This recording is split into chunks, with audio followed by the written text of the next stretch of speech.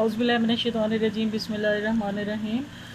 قائد اعظم کی بحیثیت governor general استحکام پاکستان کے لیے کارنامے یا ان کی کوششوں کے بارے میں ہم پڑھ رہے تھے، تو اس میں ہم پہنچے تھے قومی زبان تک۔ یہ 31 پوائنٹ ہو چکے تھے، اس کے بعد 32واں پوائنٹ آج ہم نے کرنا ہے، وہ ہے جی داخلہ حکمت عملی۔ یہ پیج 81 ہے آپ کی بک کا، داخلہ حکمت عملی۔ اچھا، داخلہ حکمت عملی میں پہلی چیز آتی ہے جی صوبائی حکومتوں کی تنظیم نو، یعنی لوگوں کی صورتحال تبھی صحیح ہو سکتی ہے کہ جب حکومت کو انتظامیہ کو نئے سرے سے ان کی تنظیم نو کی جائے، اس کی درستگی کی جائے، جہاں جہاں خرابیاں ہیں ان کو دور کیا جائے، جو لوگ اپنے عہدوں کے لائق نہیں ہیں ان کو ہٹا کر قابل لوگوں کو عہدوں پر لایا جائے۔ تو یہ چیز ہوتی ہے کسی مملکت کو چلانے کے لیے پہلا قدم۔ تو قائد اعظم محمد علی جناح نے اس کی طرف توجہ دی ہر صوبے میں۔ تو سب سے پہلے آتے ہیں پنجاب کی طرف۔ قیام پاکستان کے وقت پنجاب سب سے زیادہ مسائل کا شکار تھا۔ مشرقی پنجاب میں خون کی ندیاں بہہ رہی تھیں، یعنی وہاں پر ہم پہلے پڑھ چکے ہیں کہ ہندو اور سکھ لگے ہوئے تھے ان کا مسلمانوں کا قتل عام کرنے میں۔ پھر مغربی پنجاب میں مہاجرین کے راستے میں مغربی پنجاب آتا ہے، تو وہ بھی ان کا سیلاب بھی ادھر امڑ آیا تھا۔ اس طرح سے بھی حالات خراب ہو جاتے ہیں کہ پہلے آبادی جو ہے وہ سیٹسفائیڈ نہ ہو، اوپر سے اور آبادی آ جائے، ایسے لٹے پٹے لوگ کہ جن کے پاس کچھ ہو بھی نہیں۔ پھر پنجاب کی سرحد کے ساتھ کشمیر میں جنگ جاری تھی، ہندوستان کی طرف سے نہروں کا پانی بند کر دیا گیا، اور پنجاب ہمارا پورا زرعی علاقہ ہے، جس کی وجہ سے فصلیں جو تھیں وہ سوکھ گئیں، مویشی مرنا شروع ہو گئے۔ تو یوں یعنی پنجاب کے حالات جو تھے وہ بہت زیادہ خراب تھے۔ پھر پنجاب کی جو کابینہ تھی وہ بجائے اس کے کہ وہ متحدہ ٹیم کی صورت میں کام کرے، انہوں نے کیا کیا کہ دھڑے بازیاں کرنی شروع کر دیں، سازشیں، جھگڑے اور ایک دوسرے کے اوپر ایسی الزامات تراشیاں کرنا شروع کر دی۔ تو جو وہاں پر وزیر خزانہ تھے ممتاز دولتالہ، وہ وزیر اعلیٰ خان ممدوح کے خلاف صف آرا ہو گئے، کیونکہ جو وزیر خزانہ دولتالہ صاحب تھے وہ وزیر خزانہ ممتاز دولتالہ وہ تھوڑے سٹرونگ تھے، اور جو وزیر اعلیٰ تھے خان ممدوح وہ تھوڑے دھیمے لہجے کے تھے۔ تو قائد اعظم محمد علی جناح نے اپریل 1948 میں ممدوح دولتالہ اور وزیر مال شوکت ایجاد خان کو کراچی میں طلب کیا، اور ان سب کو اکٹھا بٹھا کر یعنی ان کے بلانے کا مقصد یہ تھا کہ ان وزارتی گتھیوں کو سلجھایا جا سکے اور صوبے کے اندر امن و امان قائم کیا جائے، اور وہاں پہ حالات کو درستگی کی طرف رواں دواں کیا جائے۔ اگلا صوبہ جو دوسرا ہے وہ ہے صوبہ سرحد۔ صوبہ سرحد میں ڈاکٹر خان صاحب جو تھے وہ پہلے سے ہی موجود تھے، اور وہ تو پاکستان کے ساتھ بالکل بھی سنسیئر نہیں تھے، اور قائد اعظم نے بڑی کوشش کی شروع میں کہ ان کو پاکستان کا ہمنوا بنانے کی کوشش کی، مگر انہوں نے جب پاکستان کے جھنڈے کو سلامی دینے سے انکار کر دیا اور پاکستان کے خلاف اپنی ماضی کی روش کو نہ بدلا، تو قائد اعظم نے پھر ڈاکٹر خان صاحب کی وزارت کو برطرف کرنے کا حکم دیا، اور ان کی وزارت 22 اگست کو ختم ہوئی، اور خان عبدالقیوم خان جو تھے وہ وزیر اعلیٰ بنے۔ اس کے بعد کیا ہوا کہ سرحد کے ایک رہنما تھے خان عبدالغفار خان، انہوں نے پیپلز پارٹی اور پاکستان کے نام سے ایک سیاسی جماعت بنائی، اور اس سیاسی جماعت نے منفی سرگرمیاں شروع کر دیں، تو جن کی وجہ سے صوبے کے حالات جو تھے وہ خراب ہونا شروع ہوئے۔ تو پھر 15 جون 1948 کو پبلک سیفٹی آرڈیننس کے تحت خان صاحب اور ان کے ساتھیوں کو نظر بند کر دیا گیا، اور اس طرح ان کی پارٹی کی جو سرگرمیاں تھیں وہ دب گئیں۔ اگلا جو صوبہ ہے وہ صوبہ ہے سندھ۔ تو قیام پاکستان کے وقت سندھ میں محمد ایوب کھوڑو جو تھے ان کی وزارت قائم تھی، اور وزیر اعلیٰ سندھ محمد ایوب کھوڑو کے گورنر تھے غلام حسین ہدایت اللہ۔ ان دونوں کے آپس کے جو تعلقات تھے وہ ٹھیک نہیں تھے، اور گورنر سندھ جو تھے وہ کھوڑو صاحب کے اوپر بددیانتی اور رشوت ستانی کی شکایت قائد اعظم سے کی۔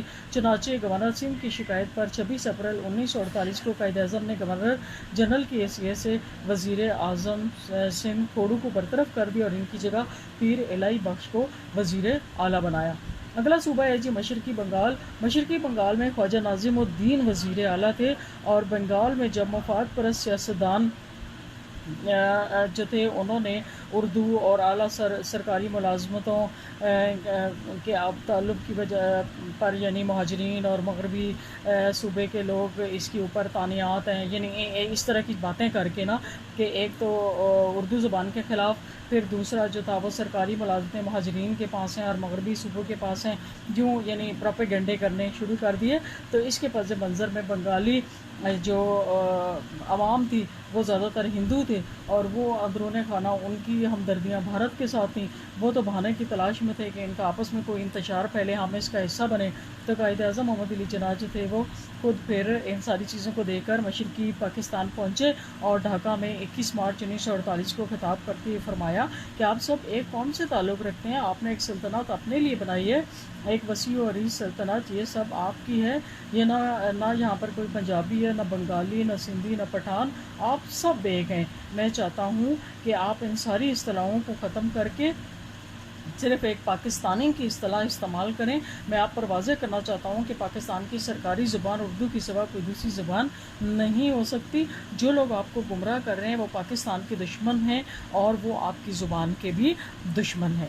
اچھا جی، اگلا صوبہ ہے صوبہ بلوچستان۔ تو بلوچستان میں قادیانی جو تھے، وہ قادیانی ریاست بنانے کے منصوبے بنا رہے تھے۔ وہ مملکت پاکستان میں سے ایک حصہ کاٹ کر وہاں ایک قادیانی ریاست قائم کرنے کے لیے سرگرم عمل تھے۔ تو قائد اعظم نے قادیانیوں پر کڑی نظر رکھی اور ان کے مذموم منصوبوں کو پایہ تکمیل تک پہنچنے نہ دیا۔ یہی وجہ تھی کہ چودھری ظفر اللہ خان جو قادیانی تھا اس نے قائد اعظم کے جنازے میں پھر شرکت نہ کی۔ ٹھیک ہو گیا۔ اگلا جو ہمارا پوائنٹ ہے وہ ہے دارالحکومت کا قیام، یہ پیج 90 ہے۔ قیام پاکستان کے ساتھ ہی کراچی کو دارالحکومت بنایا گیا، اور وہاں پر جو سندھ حکومت تھی انہوں نے خود ہی اس کو دارالحکومت بنانے کی پیشکش کی۔ گورنر ہاؤس، اسمبلی کی عمارت اور دوسری ضروری رہائشگاہیں مرکزی حکومت کو دینے کی پیشکش کی۔ کراچی ایک صاف ستھرا جدید شہر تھا، آب و ہوا معتدل تھی، وہاں ایک عمدہ بندرگاہ، فضائی اڈہ موجود تھا، تو اس وجہ سے کراچی کو دارالحکومت بنایا گیا۔ اس کے بعد ہے جی مضبوط پاکستان۔ اسلام ایک دفاعی ریاست کا تصور پیش کرتا ہے جو مغرب کے فلاحی تصور سے یکسر مختلف ہے۔ ایک اسلامی فلاحی ریاست کا فرض ہے کہ وہ اپنے شہریوں کو نہ صرف ان کی زندگی کو خوشحال بنائے بلکہ ان کو تمام ضروریات مہیا کرے، اور ایک ایسی ہی فلاحی اسلامی ریاست کا خاکہ پاکستان کا مطالبہ کرتے وقت برصغیر پاک و ہند کے مسلمان عوام کے سامنے رکھا گیا تھا۔ اس ریاست کے بارے میں قائد اعظم نے فرمایا، ہم دنیا کو دکھا دیں گے کہ یہ ریاست محض زندگی کے لیے نہیں بلکہ اچھی زندگی گزارنے کے لیے وجود میں آئی ہے۔ ٹھیک ہے۔ اچھا، اس کے بعد ہے جی نظام حکومت۔ تو اسلامی حکومت کا بنیادی تصور یہ ہے کہ انسان کی اطاعت فرما برداری کا مرکز صرف اور صرف اللہ تعالیٰ کی ذات پاک ہے۔ اس میں قرآن حکیم ہماری مکمل رہنمائی کرتا ہے، اس کے احکام بالکل واضح ہیں۔ مسلمانوں کی اطاعت اور فرما وفاداری کا مرکز نہ کوئی بادشاہ ہو سکتا ہے، نہ پارلیمنٹ، نہ کوئی فرد، نہ کوئی ادارہ۔ مسلمان صرف اللہ تعالیٰ کی حکمیت کا قائل ہے، اور اسلامی حکومت دوسرے الفاظ میں قرآنی اصول اور حکام کی حکمرانی کے لیے آپ کو علاقے اور مملکت کی ضرورت ہے۔ ٹھیک ہے۔ اچھا، اس کے بعد اگلا جو ہے وہ ہے امن و امان کی ضرورت پر زور۔ تو ملک کی ترقی، خوشحالی اور امن و امان نظم و ضبط کی درستی انتظامیہ کی کارکردگی کا منہ بولا ثبوت ہوتا ہے، لیکن آزاد ملکی انتظامیہ کا کام دوسرے کاموں کے ساتھ ساتھ سب سے پہلا کام ملک کے اندر امن و امان کو برقرار رکھنا ہوگا، اور اس سلسلے میں قائد اعظم محمد علی جناح نے بہت زیادہ کام کیا۔ آپ کو پتہ ہے کہ ہر صوبے میں جا کر وہاں کے امن و امان کے لیے جو ضروری تبدیلیاں تھیں وہ کی، تاکہ ایک مکمل طور پر پرامن پاکستان ہمارے سامنے قائم رہے۔ تو پاکستان کی دستور ہر اسمبلی کے پہلے اجلاس سے خطاب کرتے ہوئے قائد اعظم نے فرمایا کہ ایک حکومت کا سب سے پہلا فرض امن و امان کو قائم رکھنا ہوتا ہے، تاکہ مملکت کی طرف سے اپنے باشندوں کی جان مال، عزت و آبرو اور مذہبی عقائد کی پوری طور پر حفاظت کی جا سکے۔ اگلا پوائنٹ ہے دیانتداری کی تلقین۔ بدعنوانی دھاندلی سفارش اقربا نوازی نظم و ضبط کی بڑی خرابیاں ہیں. اس کی بنیاد رشوت ستانی ہے جس کے سبب سرکاری ملازم انصاف اور دیانتداری سے اپنے فرائض انجام نہیں دے پاتے. قائد اعظم نے رشوت ستانی کی خرابی کی نشاندہی کرتے ہوئے یہ فرمایا کہ ہندوستان جن چند بڑی لانتوں میں مبتلا ان میں سے ایک رشوت بدیانتی ہے. میں یہ نہیں کہتا کہ دوسرے ممالک کی میں یہ لعنت نہیں موجود، لیکن میرے خیال میں ہماری حالت بدرجہ بہتر ہے ان سے. یقیناً یہ ایک زہر ہے.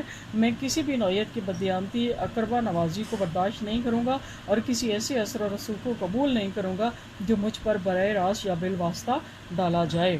یعنی یہ اس وقت کی بات ہے جب قائد اعظم زندہ تھے تو انہوں نے دبا کے رکھا ہوا تھا. اب کاش اپنے وطن میں آ کر دیکھیں اور انہیں پتہ چلے کہ ایک سے دوسرا سٹیپ لینے کے لیے جب تک رشوت نہ دی جائے، 1000 روپے نکلوانے کے لیے 100 روپے کی رشوت نہ دی جائے تب تک ہمیں وہ 1000 روپے نصیب نہیں ہوتے. اور وہ 100 روپے رشوت دیتی ہوئی ہمیں پتہ نہیں ہوتا کہ ہمیں ہمارا کام کر کے دیا جائے گا یا نہیں. اللہ تعالیٰ ہمارے حال پر رحم فرمائے. اس کے بعد جی اگلا پوائنٹ ہے دفاع پاکستان.